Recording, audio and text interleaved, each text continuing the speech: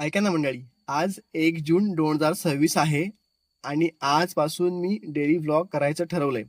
आता कामातून ते कसं शक्य होतं ते पाहूया. पण आज मी सुरुवात केली तर चला मी आज सकाळपासून काय केलं ते तुम्हाला दाखवतो.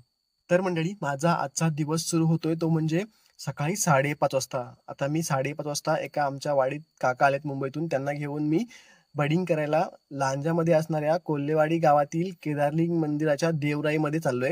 लवकर तिथे पोहोचायचंय, तर चला जाऊया तिकडे. त्यांच्या घराच्या इकडे येऊन थांबलोय, मी वाट बघतोय त्यांच्या येण्याची. इतक्यात ते येताना दिसले आणि आम्ही वेळ विलवडे आंबेड कोर्ले पालू असं करून कोल्हेवाडीच्या रोडला पोहोचलोय. मंडळी, देवराईत असलेल्या मंदिरासमोर आल्यानंतर मन एकदम प्रसन्न झालं, कारण त्या ठिकाणी असणारी ती शांतता आणि गर्दराई याने मन एकदम भारावून गेलं. मंदिर फार जुनं आहे.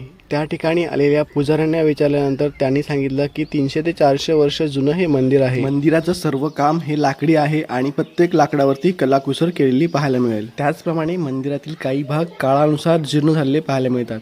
मंडळी, मंदिरामध्ये सांबर शिंग, पालखी, त्याचबरोबर खूप साऱ्या घंटा बांधलेल्या पाहायला मिळाल्या.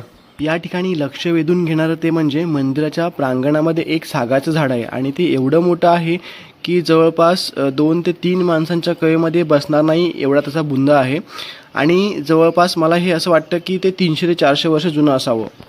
आम्ही इतक्या लांबून या ठिकाणी आलो होतो ते म्हणजे या ठिकाणी असणाऱ्या राईमध्ये कोणकोणते पक्षी पाहायला मिळतात त्याचं निरीक्षण करण्यासाठी. दुर्बिणीच्या सहाय्याने पक्ष्यांचं निरीक्षण करताना आम्हाला या ठिकाणी वेगळ्या आकाराची, वेगळ्या रंगाची काही झाडं, त्याचबरोबर वेगळ्या आकाराच्या, वेगळ्या रंगाच्या काही वेली पाहायला मिळाल्या. त्यापेक्षा वेगळं म्हणजे आम्हाला इथे एक दुर्मिळ पतंग पाहायला मिळाला. त्याचं नाव ॲटलास पतंग असं आहे. त्याची लांबी जवळपास 9 ते 10 इंच इतकी होती. या व्यतिरिक्त आम्हाला एक वॅम्पायर वटवाघूळ पण पाहायला मिळालं. मंडळी, मंदिराच्या देवराईमध्ये खूप वेळ घालवल्यानंतर, खूप पक्ष्यांचे आवाज ऐकल्यानंतर खूप छान वाटलं आणि मग आम्ही तिथून थोड्या वेळाने घरी जायला निघालो. घरी जाताना पण नजारा इतका सुंदर होता.